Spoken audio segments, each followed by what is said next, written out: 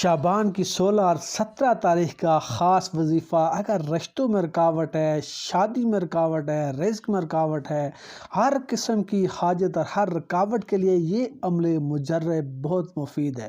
ان وظائف کے ذریعے آپ کا تعلق اللہ تعالیٰ سے جوڑا جاتا ہے تاکہ لوگ اللہ تعالیٰ کو یاد کر کے بھٹکے ہوئے راہ سے سیدھی راہ پائیں۔ اس عمل سے پریشانیوں اور رکاوٹوں کا خاتمہ ہوگا۔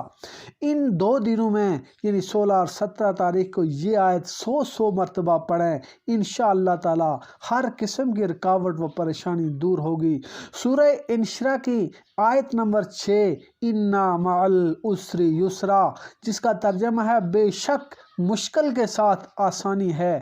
یہ جو چھوٹی سی آیت ہے، اس کو آپ نے ان 2 دنوں میں یعنی 16 اور 17 شعبان کو 100 مرتبہ پڑھیں اور پھر اللہ تعالیٰ سے دعا کریں۔ انشاءاللہ تعالیٰ ہر چیز کی رکاوٹ کے لیے پڑھیں، انشاءاللہ تعالیٰ ہر قسم کی رکاوٹ ختم ہوگی اور آپ کی مشکلات آسانی میں بدل جائے گی، جیسا کہ اس آیت کا ترجمہ بھی یہی ہے، اِنَّ مَعَ الْعُسْرِ یُسْرًا، بے شک مشکل کے ساتھ آسانی ہے۔